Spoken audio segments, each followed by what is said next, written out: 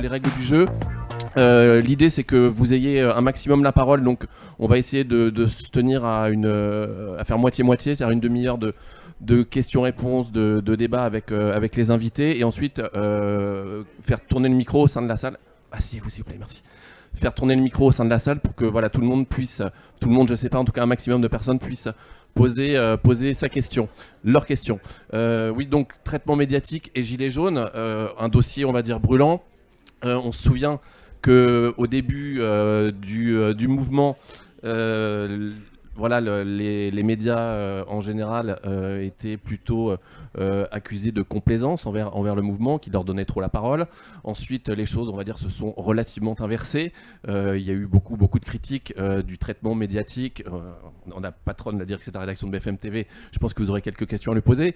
Mais en tout cas, de donner trop, enfin, qu'il y ait une accentuation des problèmes de violence, et de donner uniquement les chiffres de participation du gouvernement. Les choses sont même parfois envenimées, puisque certains journalistes ont été pris à partie, menacés, insultés, voire pour certains même violentés. Hein. Il y a eu des violences, et je me souviens que début janvier, les journalistes de BFM TV ont décidé même de boycotter un acte pour montrer, enfin voilà,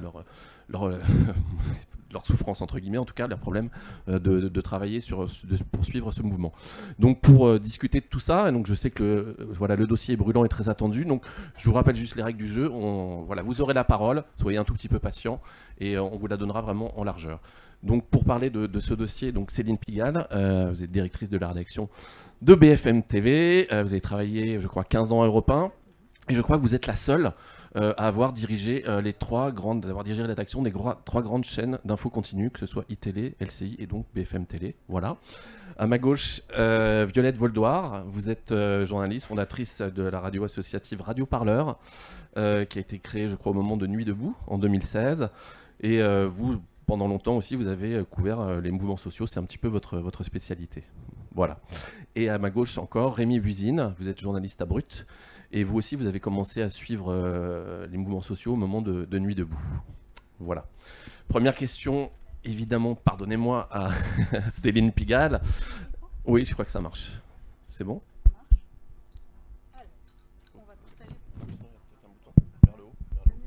Alors, voilà, comme ça marche. Première question, donc BFM TV, je crois qu'il y a une espèce de primo leader, donc a incarné pendant plusieurs mois du mouvement des Gilets jaunes, la couverture, enfin en tout cas ce qui se passait sur BFM, résumait ce qui se passait dans les médias, à tort ou à raison, mais en tout cas c'est l'impression qui a été donnée. Est-ce que déjà, quel bilan entre guillemets vous tirez de ces presque plus de 6 mois de couverture? Est-ce que, d'après vous, BFM TV a fait son travail, et on va dire bien fait son travail? Je suis sûre que vous auriez tous des appréciations à livrer sur ce sujet. Et c'est évidemment pas à moi de m'attribuer des bons ou des mauvais points. Ce qui est sûr, et qui est très frappant, c'est que de toutes les parties, on a considéré que BFM TV avait mal fait son travail.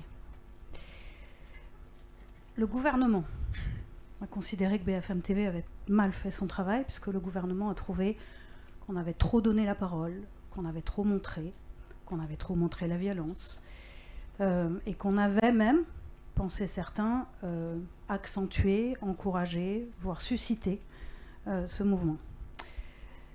Une grande partie des Gilets jaunes, certains Gilets jaunes, je ne saurais pas dire quelle proportion d'entre eux, mais une grande partie d'entre eux ont considéré qu'on n'avait pas fait un compte-rendu fidèle du mouvement des Gilets jaunes. Nos confrères journalistes ont contesté le traitement qu'on avait fait de ce mouvement.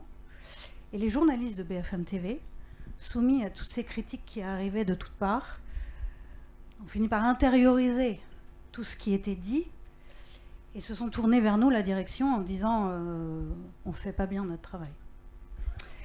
Donc, évidemment, dans le cœur de cet hiver, soumis à toutes ces critiques-là, nous avons été obligés de nous interroger, et je reviendrai volontiers avec vous sur un certain nombre de choses que nous avons commencé à changer, que nous allons continuer à changer. Mais je voudrais vous dire quand même, et je vais d'abord commencer par dire que je vois un certain nombre de problèmes qui se sont posés, qu'il y a des choses qu'on va changer, mais je voudrais vous dire aussi qu'une des raisons pour lesquelles on a été aussi contesté, c'était à la fois la puissance acquise dans l'espace public par la chaîne, qui elle-même a pour partie échappé à ceux qui l'ont créée. C'est-à-dire que c'est devenu une chaîne qui prenait une place qui aurait dû être presque parmi d'autres. C'est un média parmi d'autres, et c'était devenu, à la rentrée, on faisait 70% de l'audience des chaînes info. Contrairement d'ailleurs à ce qu'on entend, nous on n'a pas vraiment baissé, mais c'est vrai qu'à la faveur de ce mouvement, les téléspectateurs ont découvert ou ont plus regardé aussi d'autres chaînes info que la nôtre. Donc cette proportion a un peu bougé, on est plutôt à 55% aujourd'hui. Et donc cette position extrêmement forte dans l'espace, elle a fait que nous étions un des derniers endroits où se rencontraient des téléspectateurs différents.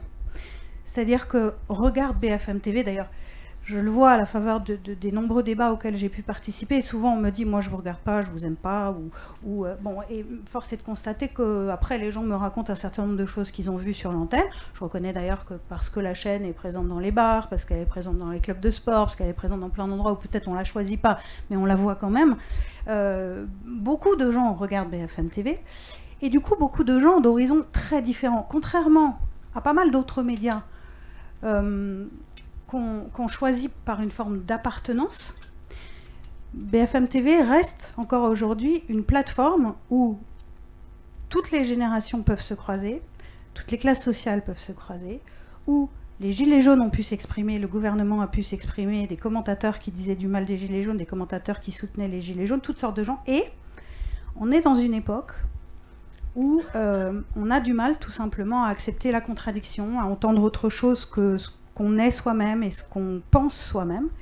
Et ça a fait l'incroyable dureté de la critique qui s'est exercée contre nous.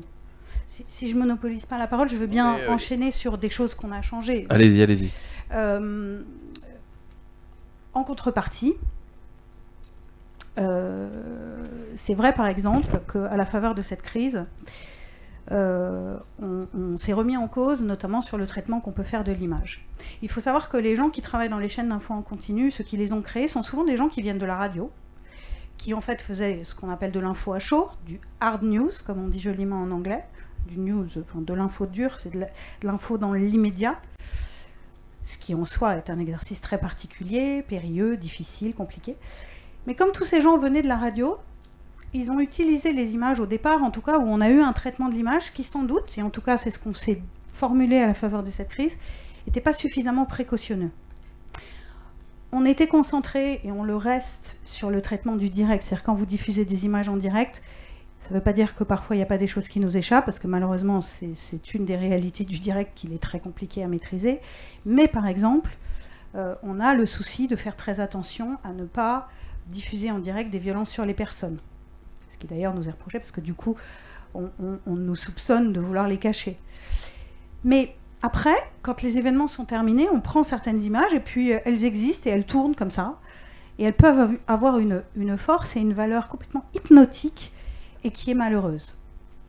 C'était des choses qu'on faisait avant, sur lesquelles on était parfois critiqués, mais qui ne nous valaient pas le tombereau de critiques qu'on a reçu cet hiver. Et là, vraiment, on s'est dit, bon, ça, c'est une manière de faire qu'il faut qu'on interrompe absolument. Je vais vous donner un exemple pour que vous voyez de quoi je parle. Il y a eu la fameuse image de ce qu'on a appelé le boxeur. Vous savez, c'est cet homme qui tape comme ça consciencieusement un policier.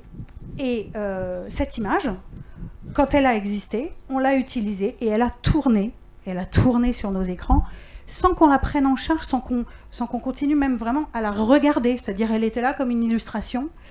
Voilà. Ce type de choses, par exemple, on s'est dit définitivement, et d'ailleurs parfois, je vais vous dire, parfois on faisait ça avec des images qui étaient des images anodines, et c'était tout aussi ridicule. Parce que quand une image ne dit rien et ne montre rien, pourquoi est-ce qu'elle tourne comme ça à merci? Donc voilà, donc, on a travaillé sur une charte de l'image pour dire, au fond, l'image, justement, dans ce 21e siècle, elle a un poids tout particulier. Elle fait parfois l'information avant même ce qui peut être dit ou ce qui peut être écrit, et donc il faut en faire un traitement plus précautionneux. Une autre attaque très forte qui a été portée contre BFM TV, c'était la place que prenaient les éditorialistes. Bon, je ne vous dis pas que sur ce sujet-là, tout est encore résolu, mais il y a deux sujets majeurs à propos des éditorialistes. C'est que vraisemblablement, ceux qui se sont exprimés sur nos plateaux pendant cette crise étaient pour l'essentiel d'entre eux trop uniquement orientés. C'est ce qui a été reproché. Hein, absolument. Voilà. Et on leur a reproché aussi d'incarner tout le journalisme, tous les journalistes en plateau, alors que voilà, eux, ils n'étaient pas sur le terrain, contrairement à d'autres, et c'est que les journalistes sur le terrain, eux, qui étaient confrontés à cette réalité. Et ce côté, voilà, happy few, et donc arbitre des élégances, voilà, depuis les plateaux parisiens, est-ce que ça va changer ou pas? Parce que je pense que c'est une vraie question. Alors, la première chose que j'allais dire, c'est que ils parlaient tous, nous a-t-on reproché, dans une seule direction, manque de pluralisme, manque de pluralité des points de vue. Donc là-dessus, on essaye de travailler. Et puis, il y avait un autre aspect, et ça, c'est quelqu'un qui m'a dit ça hier soir. Une des grandes difficultés, c'est quand vous avez, y compris quelqu'un à qui on laisse longuement la parole, mais en extérieur, et on revient en plateau, et là, c'est une espèce de jugement qui tombe du ciel sur la personne qui, pourtant, a eu l'occasion de s'exprimer, mais à qui on semble soudain donner une espèce de note, quoi. Voilà. Donc il y a certainement dans l'écriture de l'antenne, parce que je crois qu'en soi, comme téléspectateur, un certain nombre d'entre vous apprécient qu'il y ait des débats d'idées. Mais ce qui manquait, c'est la partie débat, justement. Voilà, et d'idées différentes, c'est ce qu'on a compris. Absolument. Il y avait trop d'opinions, mais pas suffisamment de débats. Et favorable au gouvernement. C'est ça qui est troublant. Même si dans les faits, il y avait aussi un certain... Vous verrez aussi comment on est parfois attaqué pour donner la parole à certains éditorialistes dont on nous dit ils sont d'extrême droite, ils sont d'extrême gauche, enfin bon. Donc, il y a un sujet là-dessus. Mais je suis d'accord sur le fait qu'on nous a d'abord dit c'est mono-orienté. Et surtout, je crois, le plus compliqué, et c'est là où il faut qu'on sépare les espaces. Il y a des espaces sur l'antenne où on fait du reportage, il y a des espaces où on donne la parole, et il y a des espaces où on débat. Et il ne peut pas y avoir au même moment ce mélange et ces différents étages qui font, sans que cet effet soit recherché à l'origine, que ceux qui ont fait le reportage ou ceux qui se sont exprimés à l'occasion du reportage ont le sentiment d'être écrasés par un jugement à l'emporte-pièce. Donc pour répondre à votre question, j'ai le sentiment en tout cas qu'on a essayé de travailler continuellement quand même de manière honnête, qu'on a constamment essayé de s'adapter à cette crise, et par exemple à d'autres reproches qui nous étaient faits en nous disant vous donnez la parole à des gens qui ne sont pas représentatifs. Mais vous voyez bien comment dans le mouvement il n'y avait pas de leader représentatif qui nous était désigné non plus. Vous voyez bien aussi comment ce mouvement a été un surgissement, et donc ceux à qui on donnait la parole, c'était des gens qui portaient le gilet jaune, ce qui était le premier signe d'appartenance.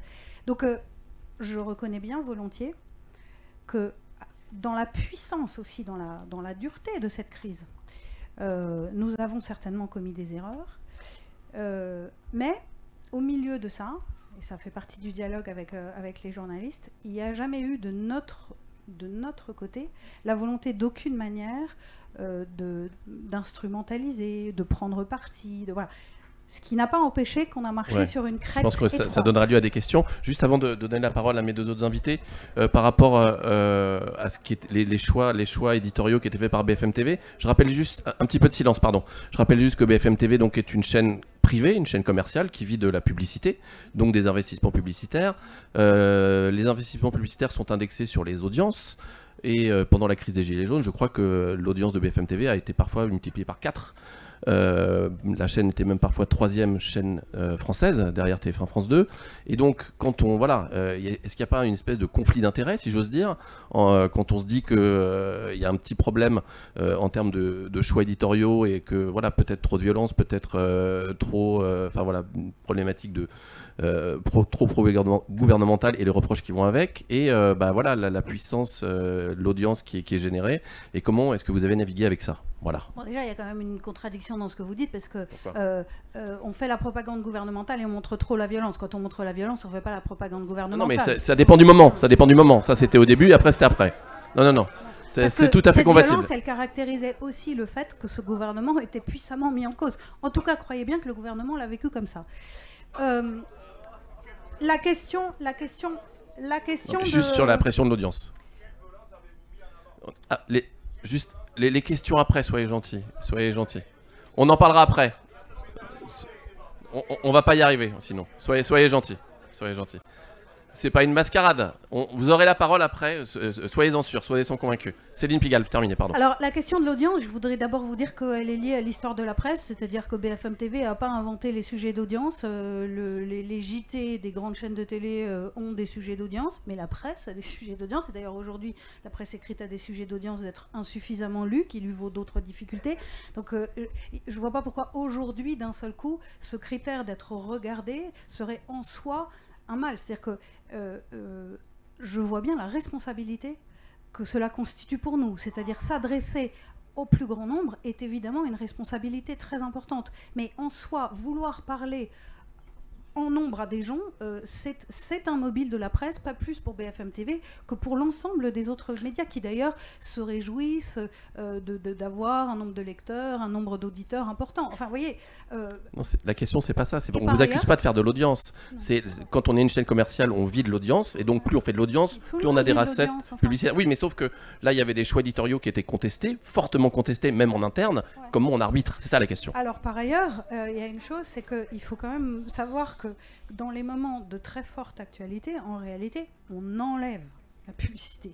Et durant... Alors après, en effet, le fait d'avoir eu de fortes audiences en décembre, ça fait qu'ensuite on vend de la publicité dans les mois qui suivent parce que les chiffres d'audience de référence sont indexés sur le fait qu'on ait fait une forte audience au mois de décembre. Mais vous voyez qu'il y a parfois le diable qui se niche dans les détails. En réalité, je vais vous dire, les audiences importantes du mois de décembre, elles ont fait, et surtout l'actualité très puissante du mois de décembre a fait qu'on a très massivement enlevé de la publicité de l'antenne et qu'en réalité la régie était plutôt sur notre dos à nous dire bon, à un moment c'est bien que l'actualité soit intéressante mais il va quand même falloir remettre de la publicité. C'était ça notre vrai dialogue. Et ensuite nous on a traité ce mouvement en essayant d'en rendre compte fidèlement, et si vous voulez savoir, un certain nombre d'annonceurs ont trouvé qu'on donnait une place trop importante aux Gilets jaunes, et en réalité, au bout de quelques semaines de conflit, ils n'avaient pas nécessairement envie de mettre leur publicité à l'intérieur de ce mouvement d'information-là. Donc, on y arrive. Non mais laissez-la juste terminer, soyez gentils. La complexité du rapport à l'audience fait que, en réalité, les critères qui déterminent nos choix sont des critères pour tenter d'évaluer l'importance de ce mouvement. Et il y a une chose que vous ne pourrez pas contester, à mon avis, c'est que, ce mouvement a été un mouvement absolument essentiel, qui marque un moment de transition très important dans l'histoire de ce pays. Ça, c'est la première chose. Fini. Et la deuxième chose, c'est qu'au sein de ce mouvement, il y avait de la violence. Et c'est en partie parce qu'il y avait de la violence au sein de ce mouvement qu'il a été entendu. Ça dépend. On en parlera après, je vous promets que vous aurez la parole, madame. Et monsieur aussi, je vous le garantis. Oui, je vous le garantis. Juste pour que le débat soit serein, je vais donner la parole à mes deux autres invités qui sont spécialistes. Mais oui, mais chaque chose en son temps, chers amis, chaque chose en son temps. Qui sont, oui, tout à fait, qui ont suivi aussi de près les mouvements sociaux et particulièrement les Gilets jaunes. Je voulais commencer avec vous. Après ça. Violette Voldoir, je vous en prie. Comment était pour vous, qui connaissez bien tous ces sujets, qui suivez ça depuis pas mal de temps, qu'est-ce que vous avez pensé du traitement médiatique de ce mouvement des Gilets jaunes? Je vais faire très court parce que vous avez tous envie de prendre la parole et Radio Parleur est une radio qui a à cœur de laisser le public participer. Mais j'ai fait partie de la maison du groupe Next pendant 7 ans. J'ai été pigiste reporter pour RMC. Et d'ailleurs, j'en suis partie parce qu'on a demandé aux reporters de la radio de faire des images. Et c'était pas mon métier. Donc moi, j'ai décidé de partir pour continuer à faire de la radio. Car ça me fait beaucoup de peine ce que vous dites sur l'usage des mots des journalistes de radio qui sont au contraire connus pour être des gens précis, concis et qui savent décrire les situations. Le traitement médiatique, moi, je l'ai trouvé... en fait, à l'avenant d'une perception normale qu'on a sur les mouvements sociaux, parce qu'en fait, un mouvement social, ça ne se couvre pas vraiment, c'est très difficile, parce que le propre d'un mouvement social, c'est la déflagration, ça éclate. Ça éclate et ça part dans tous les sens, ça pète dans tous les coins. Vous avez des drôles d'oiseaux qui vous tiennent des propos super complotistes dans une oreille, et de l'autre oreille, quelqu'un qui est hyper cohérent et qui vous tient un discours profond, juste. Je me souviens de cette dame qui se décrivait elle-même comme mère de famille et qui disait « J'en ai marre de payer pour les riches ». Elle était sur une barricade, c'était le 17 novembre, elle n'avait jamais manifesté de sa vie, et elle dit « J'en ai marre de payer pour les riches ». Mais pour elle, les riches, c'est pas une espèce de fantasme absurde. Pour elle, les riches, c'est Coca-Cola, c'est les grosses multinationales qui utilisent du plastique et qui lui font raquer pour nettoyer les plages polluées et tout ce qui pollue avec le plastique de Coca-Cola.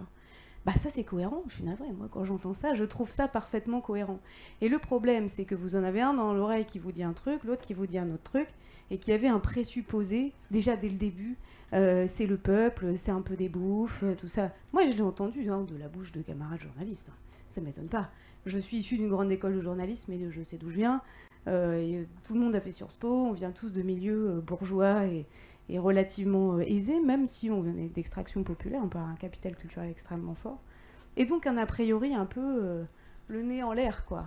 De se dire, qu'est-ce que c'est que ça ? C'est quoi ces beaufs qui jouent à la pétanque, qui boivent du Ricard, et qui essaient de nous dire qu'on comprend rien ? D'où ça sort ? C'est forcément des gens qui sont pilotés par l'extrême droite, ou par l'extrême gauche, ou machin. Moi, je connais bien les milieux d'extrême gauche, je peux vous dire qu'ils n'étaient pas là au début. Hein. C'est sûr que non. D'ailleurs, eux aussi, ils regardaient le mouvement des Gilets jaunes avec beaucoup de mépris. Et puis il y a quelque chose qui s'est passé, et moi je l'ai vu sur BFM, et du coup j'ai compris qu'il se passait un truc sur le plan médiatique. C'était le 1er décembre, il y a eu le mot insurrection. Il a surgi sur BFM TV. Moi j'ai failli faire un infarctus quand j'ai vu ça, parce qu'effectivement c'est un mouvement insurrectionnel. Et pour moi il y a un truc que les médias mainstream, mais c'est pas seulement BFM, c'est pas que je vise, mais... Il y a un truc qui a été loupé, c'est le caractère horizontal de la plupart des mouvements sociaux aujourd'hui. C'est fini, là, les mouvements verticaux avec un chef en haut qui décide de tout, un peu comme Philippe Martinez, dans sa structure de syndicat à l'ancienne, entre guillemets, hein, voilà, avec des trucs qu'on connaît bien. Maintenant, les mouvements sociaux, c'est horizontal. On le sait parce que nous, on a couvert Notre-Dame-des-Landes, on a été à Bure. On a couvert aussi plein de zones à défendre petites qui existent et plein de mouvements sociaux. Par exemple, on était à l'Assemblée des Gilets jaunes 2 fois. On était à Commercy, on était à Saint-Nazaire. Et on l'a vu, ce truc de pas de chef, pas de porte-parole. C'est nouveau ça. Ça a 10-15 ans, pas plus. Ça fait pas longtemps que c'est majoritaire dans les mouvements sociaux. Et ça, bah, quand on bosse dans un média où il y a des chefs, où il y a des hiérarchies, où il y a des institutions, où il y a des structures sociales, où tout est régi comme ça, on comprend pas comment ça marche. Il faut des porte-paroles. Et c'est pas méchant que de dire ça. Moi, je l'ai vécu, la journée type à RMC. Vous commencez à 10h du mat, vous finissez à 2h, vous avez la tête comme ça, vous rendez votre sujet, vous êtes stressé, pressé, là, comme un citron, il n'y a plus de jus. Et là, votre rédacteur en chef, moi, je l'adore, hein. Je l'aime encore aujourd'hui. Et à minuit et demi, il vous dit, mais non, faut tout refaire. Ok, donc là je vais aller me jeter par là et puis je vais essayer de recommencer une journée le lendemain où je vais remobiliser mon énergie, retravailler, ressortir, faire du reportage, aller sur le terrain, écrire, poser ma voix, tout ça. Vous croyez qu'au bout de 8, 9, 10, 12 jours, parce que ça existe aussi comme condition de travail, vous êtes comment en fait en termes de rapport à l'info, de rapport à l'actu ? Bah ouais, c'est sûr que quand on vous demande de reformuler une phrase, de tourner autrement, à un moment vous arrêtez de discuter. Parce que c'est comme ça. Et quand vous cherchez les infos sur un truc qui se passe, vous allez faire quoi ? Vous allez sur Facebook, vous allez sur Twitter, vous regardez déjà à travers un filtre cette actu qui se passe. Donc déjà, en fait, vous allez vous dire, c'est qui ce mec sur Facebook là ? Je le connais, Maxime Nicole, c'est qui ce gars-là ? Forcément, vous avez un prisme déjà, a priori. Puis ensuite, vous allez sur le terrain. Alors moi, j'ai juste un dernier mot, après je passe la parole à Rémi Buzine. Mais... rendez-vous compte quand même que parmi les journalistes de la presse qui font du hard news, BFM, ils sont beaucoup sur le terrain. C'est pour ça qu'ils se mangent les mandales, hein, aussi. Il y a un Serge Gilet jaune d'ailleurs du groupe du 91 là, qui m'avait dit ça, il m'a dit le journaliste, ils étaient venus aux assises du journalisme à Tours pour nous tirer les oreilles, et ils avaient bien fait. Il avait dit le journaliste c'est celui qui est au milieu. Et en physique, celui qui est au milieu, il se prend les pressions de partout. C'est là que ça fait le plus mal. C'est aussi pour ça que c'est difficile de se remettre en question, et de se remettre en question en profondeur. C'est-à-dire sur les mots qu'on utilise. Souvenez-vous de la pitié salpêtrière le 1er mai. Moi, je les ai revus il n'y a pas longtemps, les sujets BFM. Il y a le mot les manifestants se sont introduits. Ils ont pénétré dans l'hôpital. Oh là là, mon Dieu. Mais ce mot-là, déjà, moi, quand quelqu'un pénètre chez moi, je ne vous fais pas un cours de psychanalyse, mais vous voyez un peu la représentation qu'il y a derrière. Les mots, ils ont de l'épaisseur, ils sont en 3 dimensions. Sauf qu'il y a des moments aussi où on n'a juste pas le temps de se poser la question et où juste on copie-colle la dépêche AFP. Moi, je l'ai fait une paire de fois, hein. Je vous l'avoue. Maintenant, je le fais plus. Déjà parce que j'ai plus les moyens de me payer le fil AFP. C'est déjà ça. Mais aussi parce que notre rapport au terrain a changé. Je pourrais vous en parler aussi, mais je préfère que Rémi puisse s'exprimer. Oui, tout le monde va s'exprimer, mais merci à Violette Voldoir. Et beau succès. Rémi Buzine, je rappelais en début de ce débat que vous travaillez pour le média Brut, qui est un média social. Quel était le choix pour donc qui est fait de vidéos entre guillemets brutes, quel a été le choix pour vous dans la couverture de ce mouvement des Gilets jaunes? Parce que je crois que vous faisiez partie des rares médias, des rares journalistes à être plutôt appréciés dans ce mouvement. Et comment vous avez travaillé? Alors en tant que journaliste, c'est vrai qu'à partir du 17 novembre, on était confronté à quelque chose. C'est que d'habitude, quand on couvre des manifestations, c'est des syndicats, vous avez un lieu bien défini, un parcours déclaré, des leaders, ça va être Martinez ou d'autres. Là, le 17 novembre, on arrive, on nous dit c'est sur le périph', à Paris, sans savoir à qui parler, où ça va aller, qu'est-ce qui va se passer. Donc il y a cette problématique-là, c'est de se dire comment on va s'organiser et qu'est-ce qu'on va faire. Moi, je lisais les réseaux sociaux depuis quelques semaines, on voyait que quelque chose était en train de monter dans le pays, que les groupes Facebook étaient en train de prendre une puissance énorme. Et pour couvrir les mouvements sociaux depuis quelques années, on voyait qu'il y avait une colère qui était en train de monter et qui voulait dépasser le cadre des professions et des syndicats. Donc l'une des premières choses qu'on s'est dit sur Brut, c'est de profiter du format. C'est vrai qu'on a une chance, par exemple moi, sur le format du live, on n'a pas de limite de temps, on n'a pas de retour plateau ou de panneaux publicitaires. Ce qui fait que moi, je me suis dit qu'un point qui est important, c'est le témoignage. C'est d'essayer de comprendre ce qu'est ce mouvement des Gilets jaunes, au-delà des caricatures, au-delà des idées reçues qu'on peut en faire. Parce que c'est vrai qu'au bout d'un moment, et je parle même sur les réseaux sociaux de façon générale, dès qu'on voyait quelqu'un qui était habillé en noir, on disait que c'était quelqu'un d'extrême gauche, vous avez un drapeau bleu, blanc, rouge, vous étiez quelqu'un d'extrême droite. Je me suis dit, mais c'est pas ça en fait ce mouvement. Donc comment on arrive à le retranscrire? C'est en allant donner la parole sur le terrain, spontanément, aux uns, aux autres, sur le long. C'est-à-dire de créer aussi quelque chose, un climat plutôt à la conversation que de l'interview. Avec un outil aussi qui est moins intimidant pour le commun des mortels, qui est le téléphone portable. C'est vrai que ça peut paraître tout bête, mais avec une caméra, on est tout de suite un peu plus intimidé. Le téléphone portable, voilà, on arrive devant les gens, on leur dit voilà, on est en direct sur Brut. Voilà, c'est quoi l'élément déclencheur? Qu'est-ce qui a fait que vous, cette colère qui était chez vous, au plus profond de vous-même, elle fait que vous venez les mettre dans la sphère publique avec d'autres personnes de sensibilité totalement différentes. Parce que c'est ça aussi ce qu'on a vu au travers de ce mouvement, c'est de voir qu'on avait des gens qui avaient des visions de la société, des visions politiques totalement différentes les uns des autres. C'est-à-dire que moi je prends souvent par exemple l'exemple de la question migratoire, qui est l'une des questions clivantes dans la société. On entendait des gens qui avaient un avis en disant ouvrez les frontières, tout le monde est bienvenu, et l'autre qui disait c'est l'un des problèmes, tout le monde à la maison. Et ces deux personnes, ils pouvaient être côte à côte avec un gilet jaune face au gouvernement à dire nous on veut la baisse des taxes, plus de démocratie, etc. Donc ça c'est ce qu'on a ressenti, c'est ce qu'on a voulu retranscrire au travers ce mouvement des Gilets jaunes, c'est justement cette parole, d'essayer de comprendre l'élément déclencheur qui fait qu'on va dans la rue, quelles sont les revendications, les situations de vie aussi, parce que c'est vrai que très clairement, la place très importante qu'on a voulu mettre en avant dans les directs, c'est sur le côté humain. Vraiment, moi j'appuie dessus parce que c'est de se dire vraiment à quel moment ça se déclenche de vouloir aller dans la rue, de vouloir aller manifester et de voir même des gens qui pour la première fois, moi j'ai pu le voir à partir du 24 novembre surtout, des personnes qui pour certaines n'avaient jamais mis les pieds à Paris et découvraient l'Arc de Triomphe pour la première fois sous les gaz lacrymogènes.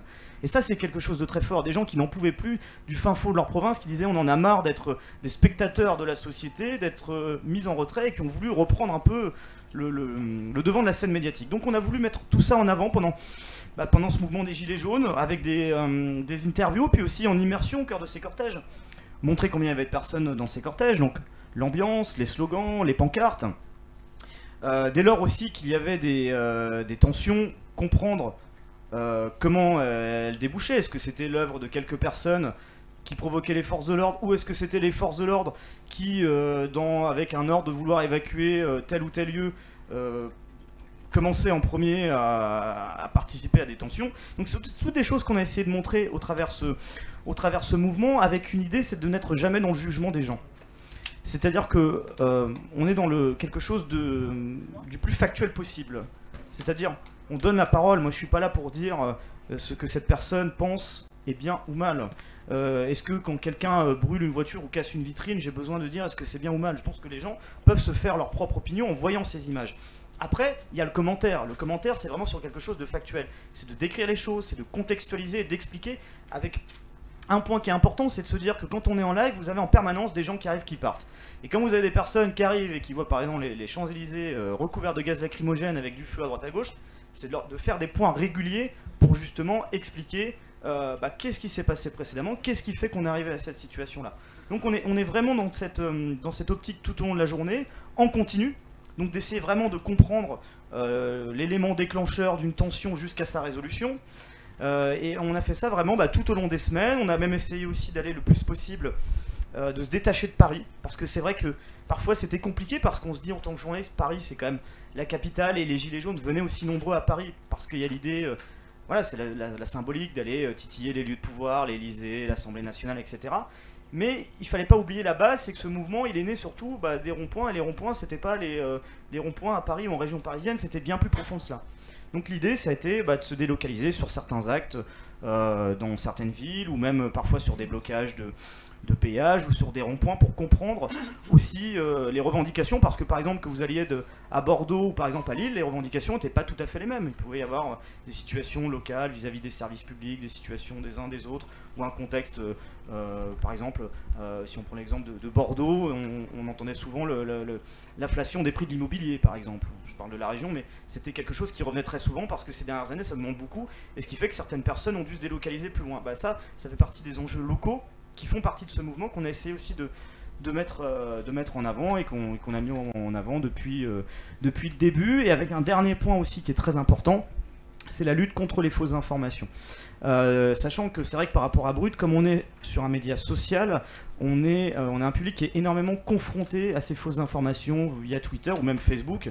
Et moi-même, je le vois par exemple dans les commentaires de mes directs, on a parfois des gens qui vont véhiculer des informations qui vont s'avérer être fausses. Donc mon rôle, là où le rôle du journaliste il est important, c'est un rôle de médiateur dans un premier temps quand vous n'avez pas toutes les informations, d'appeler les gens à la prudence quand il y a certaines informations erronées qui peuvent circuler, et de les vérifier. Alors, on me voit tout seul sur le terrain, mais je ne suis pas tout seul, j'ai une rédaction derrière moi que je peux alerter. Autrement, j'ai un autre téléphone avec lequel je peux envoyer des messages pour savoir ce qui se passe et essayer d'avoir des informations, parce que parfois, je prends l'exemple d'un live, enfin d'un acte des Gilets jaunes où j'étais en live, où il était évoqué le décès de 2 personnes à Montpellier. Très concrètement, quand cette information apparaît dans le live, l'un de mes premiers réflexes c'est de dire attention. Ça ne veut pas dire que c'est faux, hein. Je ne veux pas dire attention, vous racontez n'importe quoi. Mais prudence, parce que c'est vrai que quand vous voyez cette information-là, vous avez envie de la partager tout de suite, parce qu'elle joue sur quelque chose quelque part d'émotionnel. Voilà, enfin, vous apprenez cette information-là, vous êtes tous choqués, voire meurtris de savoir ce qui se passe. Donc c'est d'appeler à la prudence, et puis en même temps d'essayer de faire vérifier ces informations. Et avec la difficulté que ça peut avoir, c'est que quand on veut faire vérifier ces informations, comment on fait? On essaye peut-être avec d'autres confrères qui sont dans les villes en question d'avoir ces informations-là, ou de contacter les autorités. Le problème, c'est qu'aujourd'hui, la version des autorités, elle est prise pour une partie du public, pas la majorité, mais une partie du public, comme erronée ou avec une défiance énorme. Par exemple, sur le cas de Montpellier, quand à Montpellier, on dit la préfecture locale dément le fait qu'il y a 2 morts, pour certains, ça renforce le fait qu'il y aurait des victimes. Donc ça nous complique les choses également en tant que journaliste, parce que il y a eu, durant ce mouvement des Gilets jaunes, des mensonges au niveau de la communication des autorités, notamment ce qui s'est passé au niveau de la Pitié-Salpêtrière, où pendant les premières heures, on se retrouve confronté dans la narration politique et de la préfecture, en disant, du ministère de l'Intérieur, Place Beauvau, qui va nous dire c'est une attaque à l'intérieur. Et sur les premières heures, on n'a pas encore ces vidéos qui nous arrivent, qui nous permettent justement de contredire cette version-là. Mais c'est un point très important parce que ça montre aussi la complexité, la difficulté de notre travail sur le terrain pour la contextualisation et la vérification des informations, parce qu'aujourd'hui la version officielle est très contestée et prise parfois avec beaucoup de méfiance. Dernière question avant de vous donner la parole. Question rapide et réponse rapide s'il vous plaît. Comment vous expliquez que les grands médias, les médias mainstream, aient mis autant de temps à évoquer les violences policières, d'après vous? Vous avez 4 heures. Pardon? Vous avez 4 heures devant vous. Parce que je vais faire très simple et très provoque, et en même temps je le pense très sincèrement. Je pense que comme la plupart des gens, les journalistes sont des gens qui pensent que quand les policiers font usage de la force, c'est parce que c'est légitime. Moi je l'ai cru aussi pendant très longtemps. Je ne le crois plus depuis un certain temps, parce que je pense que c'est beaucoup plus compliqué que ça. Et on a travaillé sur un documentaire qui n'est pas encore publié sur Radio Parleur sur les victimes de violences policières. David Dufresne en parlera aussi également. Il sera présent au prochain débat. Il sera présent au prochain débat. On en parlera avec lui demain, si vous voulez passer nous voir. On sera à la Corderie. Moi, je pense qu'il n'y a vraiment pas de... Préciser ce qu'a fait David Dufresne, hein, c'est ce journaliste qui, sur Twitter, recensait, recoupait, via des documents, notamment vidéo... Allo Place Beauvau. Allo Place Beauvau, via Allo Place Beauvau, toutes les blessures liées aux manifestations. Alors, il n'est pas le seul à le faire. Les collectifs militants, des Armolés, pour ne pas les citer, ils font ça depuis fort longtemps. Sauf que jusque-là, c'était un truc de militants. David Dufresne s'empare de la chose et ça éclate quoi. Il y a une espèce de bulle d'information qui éclate. Et je pense très sincèrement que la violence policière, il y a une espèce de trouille qui est inavouable en fait. De se dire que si jamais on peut se dire que des policiers tapent sur des gens de manière gratuite pour se défouler ou avec des affects de haine qui les habitent, à ce moment-là, tout peut s'écrouler. Bah, on a raison de s'inquiéter, hein, en fait, parce que c'est exactement ce qui s'est passé et que les mécanismes de contrôle n'ont pas du tout été à la hauteur. Et ça, ce ne sont pas des affabulations de ma part, ce sont des faits. La directrice de l'IGPN elle-même a été un petit peu fraîche en expliquant que ça n'avait pas été facile de demander des sanctions pour l'intégralité des plaintes déposées. Voilà. Il y a aussi des tas de choses qui se sont passées sur le maintien de l'ordre dont on pourra vous parler fort longuement, mais on a été sortir sur les premiers actes des Gilets jaunes les gratte-papier dans les bureaux, on les a harnachés avec des uniformes de maintien de l'ordre, on leur a jeté un lanceur de balles de défense dans les mains et on leur a dit vas-y. C'est pas des affabulations de ma part, ce sont des témoignages de policiers qui ont été publiés dans divers médias, dont Le Monde d'ailleurs. Cette policière qui témoigne dans Le Monde et qui dit « j'ai visé la tête, je sais même pas pourquoi j'ai fait ça ». Bon, voilà, on ne peut pas faire comme si ça n'existait pas. Et les violences policières, le mot seulement de violences policières, jusqu'à ce mouvement social, c'était un truc de militant. Mais ça existe depuis fort longtemps. Nuit debout, il y avait déjà cette problématique à l'œuvre. Aujourd'hui, les médias s'y intéressent, mais c'est nouveau. C'est parce que quand vous êtes confronté, et j'en terminerai là, quand vous êtes confronté... Quand vous êtes confronté aux lanceurs de balles de défense, par exemple, c'est pas du tout la même chose qu'un lacrymo. Un lacrymo, il peut arroser toute une foule et vous dire « Ah là, j'ai mangé, dis donc, c'était... » Alors que moi, j'avais rien fait. Le LBD, ça vous vise. Vous. C'est vous. Et pourquoi vous? On sait pas. Parce que vous êtes là? On sait pas. Pourquoi? Et ça vous fait peur. Et c'est normal. Donc il y a quelque chose dans le phénomène de la violence policière décuplée qui fait peur, et fort légitimement, parce que ça s'adresse de manière individuelle à des individus dans une foule. Et ça, même si c'est pas nouveau, ça n'a jamais été aussi massif, et il est fort normal que les médias s'en inquiètent et s'en emparent. Oui, Rémi Buzine.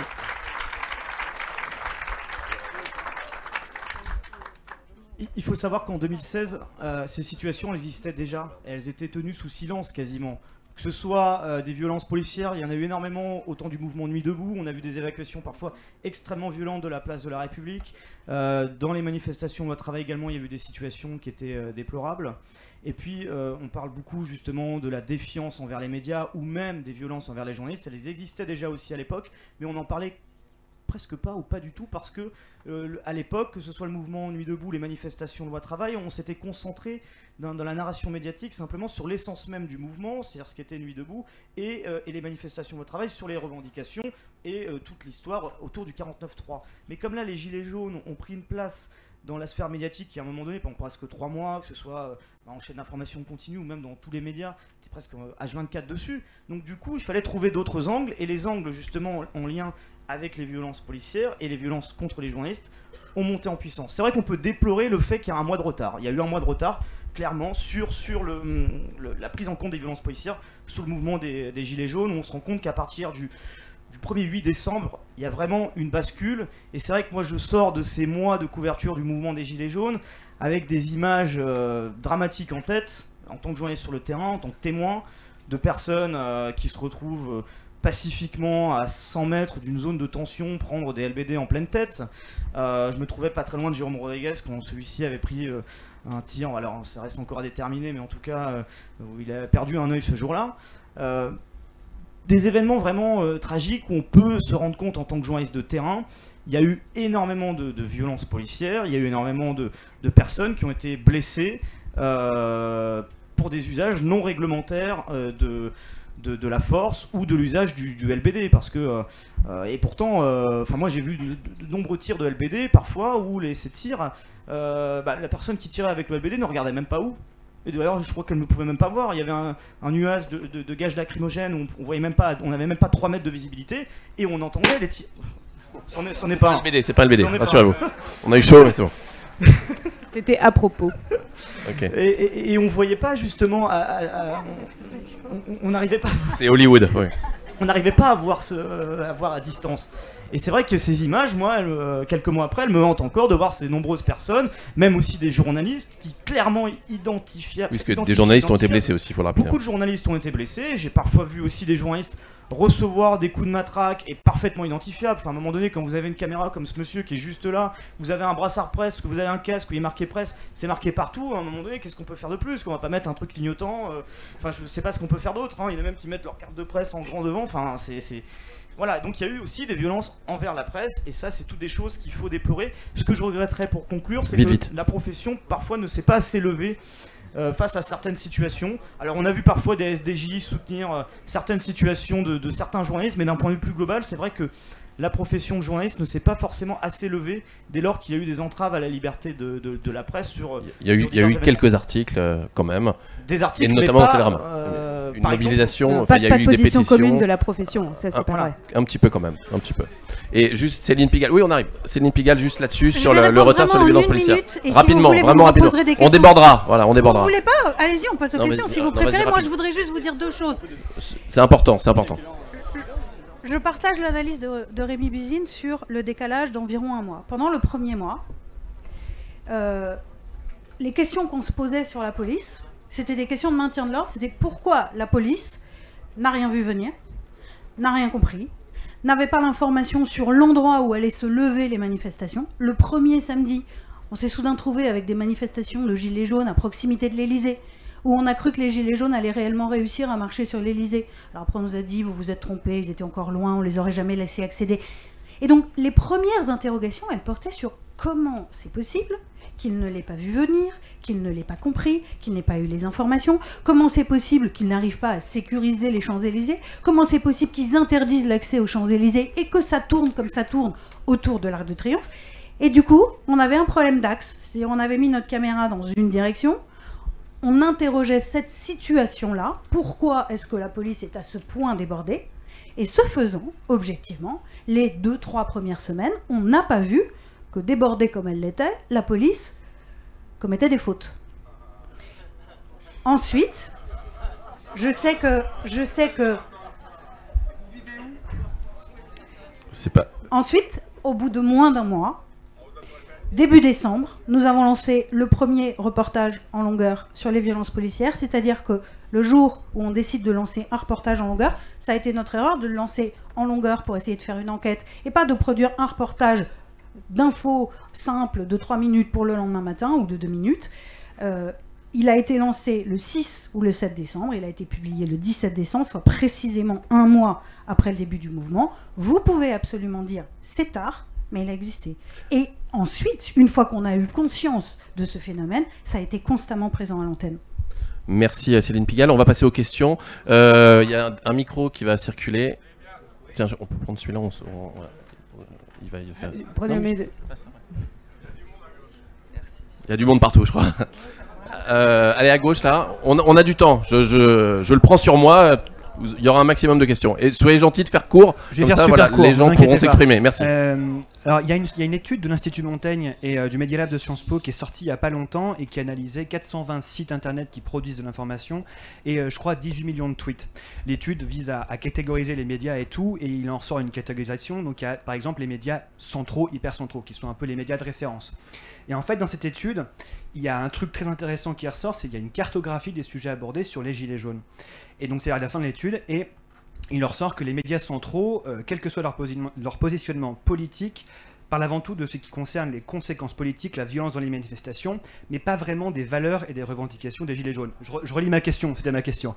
Et en fait, pourquoi est-ce que ça a été si compliqué, visiblement, et il y a une étude très longue qui le soutient, ça a été si compliqué pour les médias de référence de comprendre quelles étaient les revendications des gilets jaunes. Je pense que les journalistes ont beaucoup de critiques à se faire, mais après, il y a aussi des problématiques internes aux lignes éditoriales et aux choses comme ça qui font ça. Donc j'ai pas d'idée préconçue. Violette Voldoir, passe le micro, merci. Je vais essayer de faire une réponse courte également. Je pense que D'ailleurs, c'est pas je pense que... Il y a un phénomène d'identification quand on regarde notamment la télévision et les images produites, mais c'est vrai aussi à la radio, c'est vrai aussi en presse écrite. C'est assez bien étudié, hein, ça, par la sociologie de l'image, mais qui est partie du cinéma. En fait, quand il y a des choix d'angles, par exemple sur Nuit debout, je me souviens très bien que le premier angle qu'on m'a demandé de faire, c'est celui des commerçants qui étaient fort ennuyés par la présence de ces hippies place de la République, parce que c'était pas bon pour le commerce. Et en fait, quand ces personnes qui sont aussi des petits patrons, qui sont parfois très réellement mis en difficulté, hein, d'ailleurs, c'est pas forcément faux factuellement, mais en fait, quand ils sont surreprésentés, forcément, il y a un phénomène d'identification, puisque ce que vous voyez à l'image, c'est cette personne. Cette personne, soit vous vous dites, oh là là, mais c'est pas du tout moi, mais elle est dans la télé, donc finalement, quand même, peut-être qu'elle a raison, et peut-être qu'en fait, c'est moi qui suis un peu... Voilà. C'est comme avec les sondages, hein, de toute façon, quand on dit les Français, voilà. Faut se méfier. Ou alors vous vous dites, oh là là, mais c'est vrai, je suis tellement comme lui. Voilà, c'est ça, surreprésenter les conséquences. C'est comme les sujets dits concernants, vous savez, ces kilomètres de sujets sur la pluie et le beau temps, là, qu'on montre pour créer cette identification-là, parce que ça marche. Et comme disait fort bien Mathilde Larère il y a peu de temps, qui est une historienne de gauche, elle disait, mais les médias disent tout le temps, oh là là, mais il y a des violences, du coup, ça fait du bruit et on ne peut pas aller voir les revendications. Mais allez-y. Bah oui, en fait, on peut y aller, ça n'empêche pas. Nous, on le fait quand on est sur le terrain, même si on se prend des gaz et des machins, on parle des violences, mais on n'en parle pas que de ça. Et on va aussi chercher des angles sur les revendications, c'est possible, mais parce qu'on n'essaye pas de créer cette chose-là, cet effet miroir-là. Merci Violette Voldoir. Monsieur, le micro, s'il peut arriver par là. Je sais qu'il y a des gens qui veulent parler par là, ça ne m'a pas échappé. Allons-y.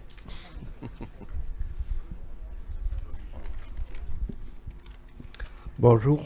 Bonjour. Je suis Jacques. Je vais déjà revenir sur madame la patronne de BFM TV. Céline Pigalle, elle s'appelle. Madame Céline Pigalle, d'accord. Qui a tout à l'heure dit que ce fameux boxeur qui a tapé sur... voilà. Alors je vais poser une question à toute la foule.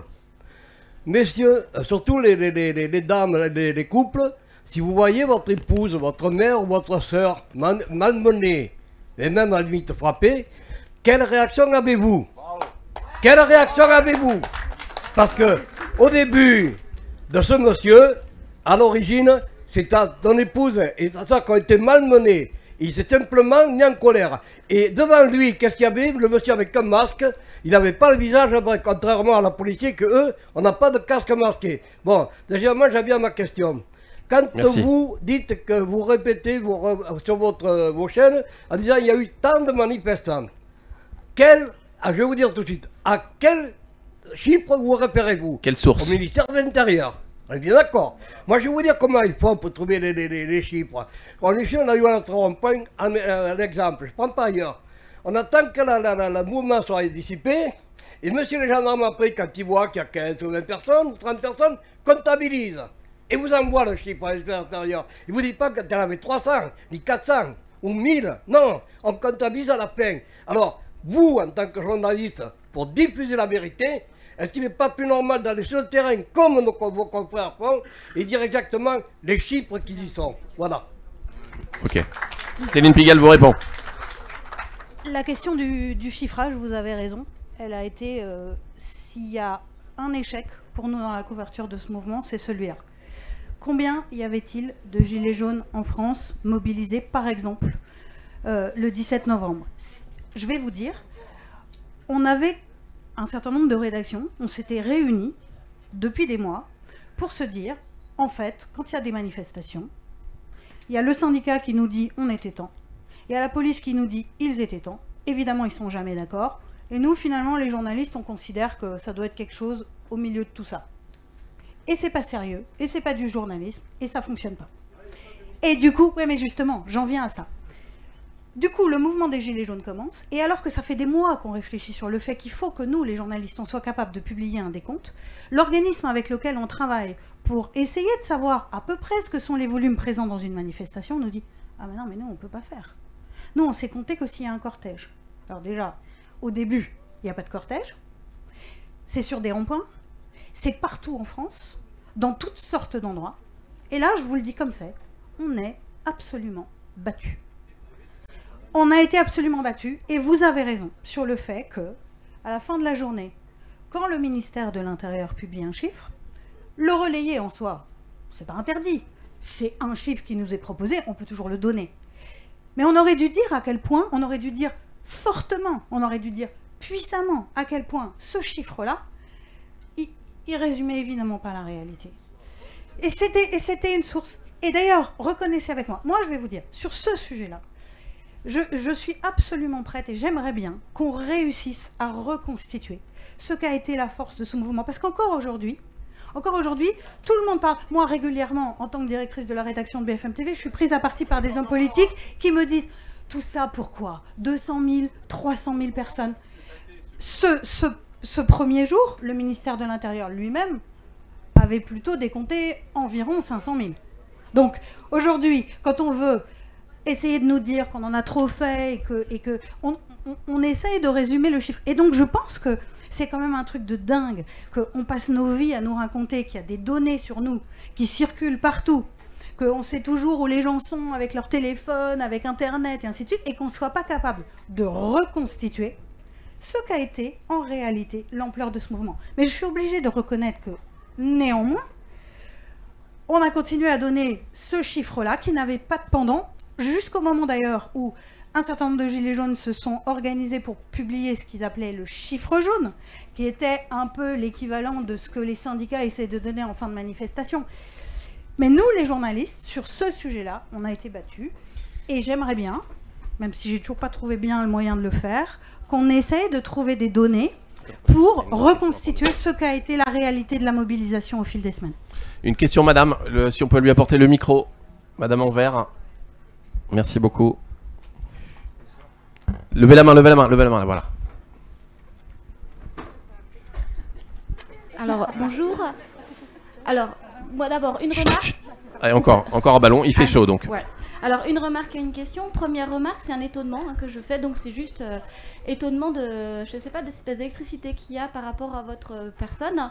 Et du coup, je me questionne sur qu'est-ce que génère votre chaîne pour que effectivement il y ait cette relation conflictuelle. Est-ce qu'il n'y a pas une question de clivage aussi dans votre façon de traiter l'information qui génère ça?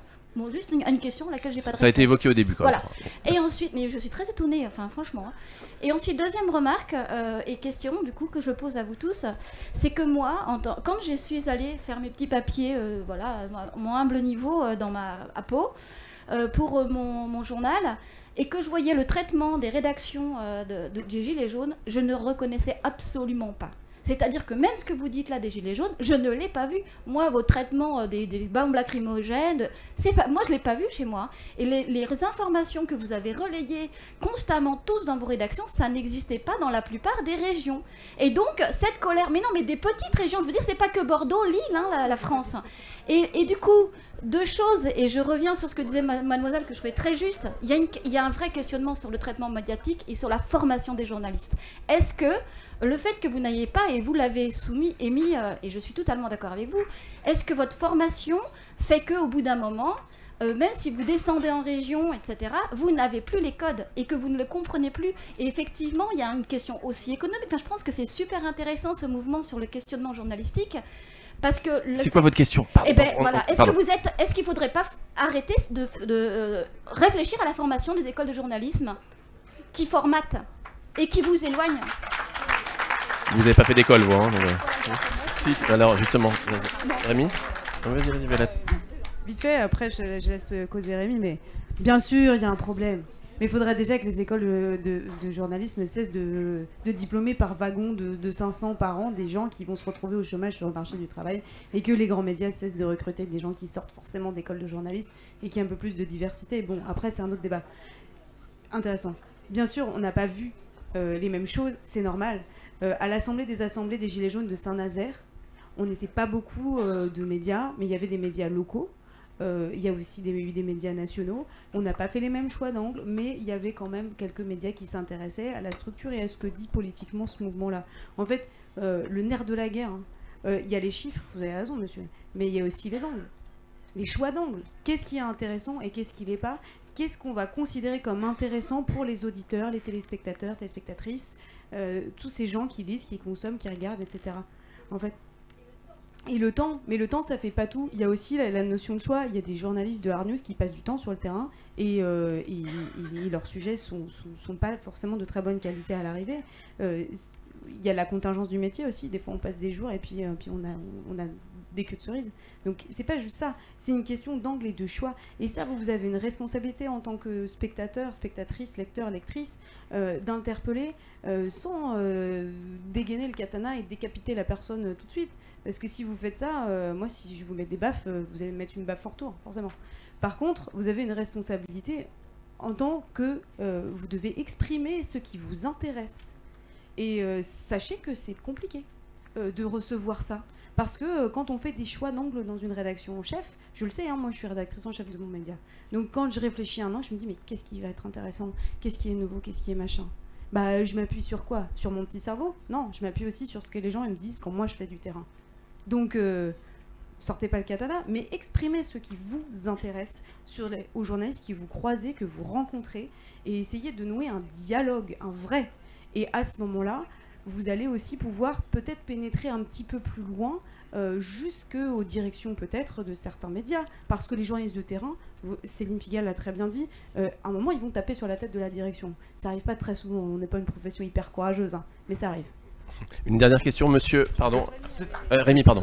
Très rapidement, pour répondre à la question, d'un point de vue, notamment en région, c'est vrai qu'on se rend compte que il y a plusieurs médias qui, par exemple, ferment des bureaux régionaux. Alors, on parle à l'international, mais en région, en France, on a des médias qui choisissent de fermer des bureaux en région. Alors, on va pas citer des médias en particulier, mais c'est une situation qui arrive et qui est déplorable en soi, parce que on est en train de faire du Pariso-parisien et de pas dépasser le périphérique, et ça, c'est quelque chose que je déplore. Et moi-même, dans ma réflexion en tant que journaliste, c'est dès que je peux partir de Paris pour faire autre chose ailleurs, bah, il faut le faire. Parce que, notamment, le mouvement des Gilets jaunes l'a rappelé, bah, ces revendications, elles venaient de beaucoup plus loin que du 16e ou du 11e arrondissement, notamment sur les services publics et autres.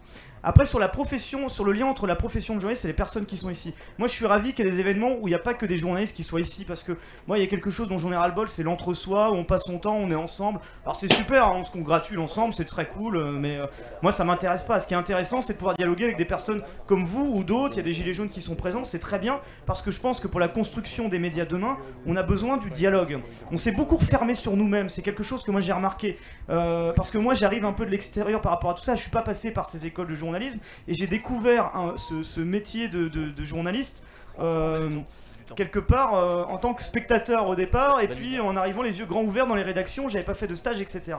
Et je me suis dit, aujourd'hui il y a dans la découverte que j'ai eue de ce métier et aussi de toutes les discussions que j'ai pu avoir, parce que j'ai discuté avec des personnes sur le terrain, que ce soit des gilets jaunes ou pas, dans les lives, mais aussi en dehors, d'essayer de comprendre pourquoi il y a cette défiance aussi. L'un des objets, c'est qu'on crée une machine à fantasmes en fermant nos rédactions. Par exemple, ce qui est le commun du mortel pour un journaliste, une conférence de rédaction, ça parle pas aux gens. Qu'est-ce qui fait qu'un journaliste, par exemple, il est envoyé sur le terrain sur tel sujet, pas sur un autre? Par exemple, bon, moi je peux louer une des initiatives que vous avez faites. Je sais que sur Twitter en ce moment, vous faites des vidéos, vous expliquez les professions. J'ai vu notamment celle de Sarah Lou Cohen, qui est le chef de vos services police-justice. Je trouve que c'est bien, parce que ça permet d'expliquer ce qu'est le métier de journaliste et comment ça se passe, à quelle heure on arrive le matin, comment on construit son sujet ou autre. Et je pense qu'il faut le faire plus, il faut aller plus à la rencontre des gens.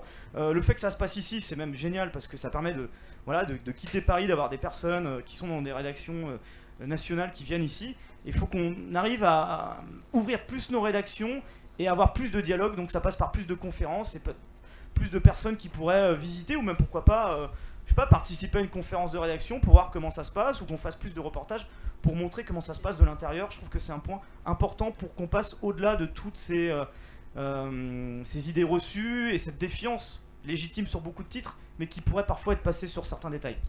On a le temps de prendre 2-3 questions en fait, on s'est battu. Monsieur, un micro là, pour monsieur. Faites passer, merci beaucoup. Merci. Frédéric, gilet jaune. Alors, ça ne nous avait pas échappé. pour moi, il n'y a pas de haine. Il y a une évolution dans le temps. Dans les années 90, c'était la télévision subie. Dans les années 2010, c'était l'information plutôt choisie, notamment sur Internet. Et en 2020, je crains que vienne l'information interdite. Ça, c'est le côté historique. Au niveau géographique, je fais une réflexion. Si on veut savoir ce qui se passe à Paris, contrairement à ce que j'entends, regardez Russia Today, c'est pas inutile. Et si on veut savoir ce qui se passe à Moscou, écoutez RFI, c'est pas mauvais non plus. Voilà. Donc vous n'aviez pas de questions. Monsieur derrière, faites passer le micro, monsieur.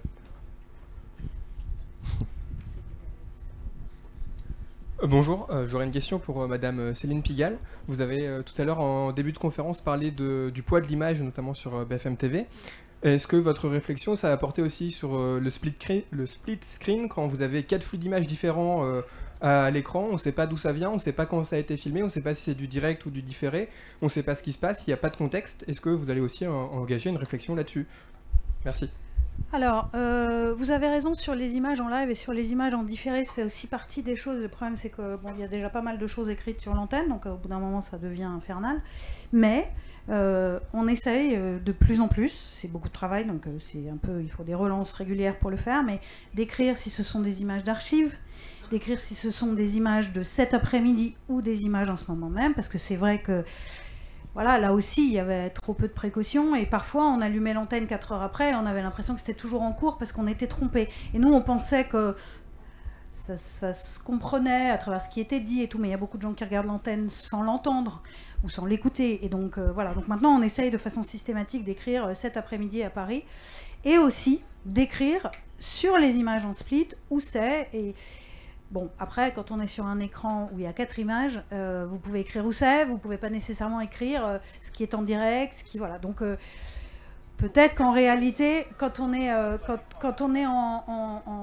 on peut aller à 2 images et qu'à 4, c'est plus compliqué. Ou alors, c'est vraiment un choix de 4 images en direct, dont on indique où elles se trouvent, mais où on ne peut pas raffiner au point de dire c'est du différé ou c'est du direct. Mais vous avez raison que voilà, ça fait partie de tout ce qu'on a travaillé sur la charte. C'est insuffisamment abouti parce qu'on vient de loin. C'est-à-dire qu'on mettait indifféremment de l'image live, de l'image d'archive, de l'image de l'après-midi, de l'image d'illustration, et c'est constamment, vous voyez, par exemple, encore cette semaine, ça paraît complètement anecdotique, sauf que quand François de Rugy est convoqué à Matignon et qu'on utilise une image de lui, on croirait qu'il est en train d'entrer à Matignon ou qu'il est en train de sortir de Matignon, alors que c'est une image qu'à 15 jours. Voilà, cette confusion-là, il faut vraiment qu'elle cesse. C'est un gros boulot, mais je vois bien que c'est nécessaire pour qu'il n'y ait pas de sentiment de tromperie, quoi. C'est pourtant la base du journalisme, non? La vérification des sources, c'est la base, non? Ouais, mais là, c'est pas la vérification des sources, c'est le risque de confusion sur une image. Est-ce qu'elle est en ce moment même, est-ce qu'elle est passée, ou est-ce qu'elle est carrément de l'histoire, quoi. Merci. Monsieur avec la chemise rose. Oui, bonjour madame. Je vais vous poser une question qui est simple. Vous vous gargarisez d'être la première télévision d'information en continu. Et quand je vous entends dire que vous avez mis 1 mois pour vous rendre compte de la violence policière, excusez-moi, il y a peut-être un problème quelque part. Alors je ne sais pas si au niveau de votre modèle, moi on m'a toujours appris qu'il fallait agir sur les causes et non sur les effets, et qu'on délègue des pouvoirs et non des responsabilités. Pensez-vous qu'encore aujourd'hui, vous êtes à votre place à la tête de cet organisme de BFM, s'il vous plaît? En effet, c'est une petit peu question facile. assez simple. Bon, écoutez, en tout cas, j'ai assumé de venir en parler ici avec vous, donc je continue d'assumer ces fonctions, même si pour ce qui vous concerne, vous avez l'air de considérer que je ne devrais pas. On a compris, monsieur, on a compris. C'est ma réponse, du coup. Voilà. Je continue d'assumer ces fonctions. Et ce que je veux vous dire, c'est que je n'ai pas de mal à dire qu'en effet, 1 mois, c'est trop. Mais vous comprenez aussi que pendant ce mois-là, on était sur 10 autres angles et 10 autres manières de raconter la chose, et notamment, il y a une chose en revanche que je ne veux pas laisser dire, c'est qu'on était complaisant avec la police. On ne l'était pas. On était aussi en train de poser des tas de questions sur la façon dont les choses se déroulaient, mais c'était d'autres questions. Et il y a une dernière chose que je veux dire sur ce sujet, c'est que c'est vrai, ceux qui ont été victimes de ces violences ne nous ont pas trouvés pour les écouter, dans ce premier temps. Ensuite, on est allé à leur rencontre quand on a compris que ça se produisait, mais je ne sais pas de quelle façon on était trop éloignés d'eux, mais ils ne nous ont pas trouvés pour nous faire entendre ce qu'ils avaient vécu avant la fin de ce premier mois. On va prendre une dernière question. Monsieur, une dernière question. Une dernière question. Je suis désolé, il y a un débat après, il faut être correct aussi avec les gens. Bon, oui. Bonjour. On a débordé de 20 minutes, pardon. Oui. Une petite question. Alors, répond qui veut parmi les trois. Est-ce que vous avez eu le sentiment pendant le mouvement qu'il y avait un peu une relation de je t'aime moi non plus entre le mouvement et justement, puisque la thématique c'est la haine du journaliste et des médias, et justement les journalistes ou la presse en général? C'est-à-dire dans le sens où je m'exprime, c'est-à-dire qu'un besoin de visibilité avec en balance derrière une défiance vis-à-vis de ce média qui peut vous mettre en lumière et à qui on peut reprocher, s'il est subventionné, parce qu'on va faire le lien avec un peu avant, mais s'il est subventionné par l'État, c'est une presse d'État. S'il est subventionné comme BFM TV par la publicité, il est au solde du grand capital. À un moment, c'est compliqué peut-être pour vous de travailler en tant que journaliste, et comment vous l'avez ressenti sur le terrain? Qui veut répondre? Oui. Je ne veux pas parler pour les grands médias, même si j'en ai fait partie pendant fort longtemps, mais je crois que on ne peut pas être revendiqué de parler à tout le monde tout en étant financé par quelques-uns. C'est très compliqué, et c'est aussi très compliqué de ne pas avoir de financement tout court pour faire son métier. Il n'y a pas de bonne solution, hein, et donc moi je ne traîne pas dans la boue les médias privés avec du financement privé, parce que c'est beaucoup plus compliqué que ça, et c'est trop simple en fait de dire ça. Bien sûr, il y a une relation de je t'aime moi non plus. Évidemment, quelqu'un qui braque une caméra sur vous, qui fait une photo de vous, tout de suite vous vous redressez, voilà, vous êtes bien, vous êtes beau, vous êtes propre, et si la photo vous plaît pas, du coup ça vous met mal à l'aise. Enfin, bien sûr, les gilets jaunes sont des gens qui ont exprimé des opinions pour la première fois.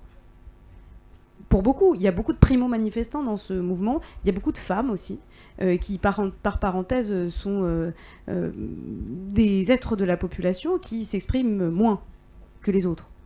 Oui, du coup, elles se sont exprimées dans le mouvement des Gilets jaunes, et ça, c'est nouveau. Donc, en fait, ça s'exprime de manière parfois un peu n'importe comment. Moi, je me souviens d'un Gilet jaune qui m'a dit « Mais on n'est pas tous Victor Hugo. Et quand on passe à la télé, on nous fait passer pour des cons parce qu'on ne sait pas faire des belles phrases avec des références littéraires, et voilà. » Oui, c'est vrai, faire des phrases sujet, verbe et complément face à une caméra, c'est pas donné à tout le monde. Et il y a eu une discrimination aussi, parce que quand on fait de la télé ou de la radio, on cherche des bons clients, on cherche des gens qui s'expriment bien, qui parlent bien le français, qui sont structurés dans leur tête. C'est mieux. On peut passer moins de temps à faire le montage derrière. Hein. Vous partez plus tôt. Donc bien sûr que c'est difficile. Parce qu'on est aussi allé chercher, enfin après nous on l'a peut-être un peu moins fait sur ce coup-là, mais on est allé aussi chercher des gens qui étaient parmi ceux qui s'exprimaient le mieux, alors que ce qui était intéressant, c'est les gens qui s'exprimaient pour la première fois. Et par ailleurs, l'image qui était montrée, monsieur, vous avez dit, ça me fait beaucoup de peine ce que vous dites, RT France, ça vous donne une idée de ce qui se passe en France. Franchement, quand vous regardez RT France, vous avez l'impression que c'est la guerre civile. Vous avez l'impression que c'est la guerre civile en vrai? Bon, alors du coup, c'est quand même très très biaisé. Par ailleurs, le reste des Air News français sont aussi biaisés. Bon, voilà, au milieu de tout ça, démerdez-vous. C'est compliqué d'avoir une image fiable. Essayons de chercher quelque chose, non pas de fiable, de véridique, de véritable, mais au moins de loyal. Voilà, d'honnête. Alors moi, j'aime pas le mot honnête parce que tout le monde l'utilise à tort et à travers, y compris Jean-François Copé et tous les hommes politiques qui ont des casseroles derrière eux. Donc moi, ça ne me plaît pas. Oui, justement, essayons de ne pas nous laisser envahir par le vocabulaire déjà récupéré par les politiques. Loyal, c'est bien. RT, ils sont pas loyaux. Franchement. Pardon, ce sera le mot de la fin, on a beaucoup d'éléments. Rémi, vraiment rapidement. Oui, c'est comme ça, je suis désolé. Oui. Le je t'aime moi non plus, il existe vraiment parce que par exemple, moi j'ai pu voir aujourd'hui des personnes qui vont critiquer la couverture médiatique de certains médias et aujourd'hui qui vont critiquer le fait que ces médias ne couvrent pas par exemple l'acte 35 aujourd'hui. Je regardais les réseaux sociaux tout à l'heure. Certains... J'ai dit 2020, information interdite. Attention. Allez, voilà, Rémi, c'est bon? Bon, merci à tous. Le débat était forcément passionné. On a fait comme on a pu. Voilà, j'espère que les gens ont appris des choses. Il n'y a pas de volonté de censure. Croyez-le bien. On fait au mieux. Merci beaucoup. Merci aux invités.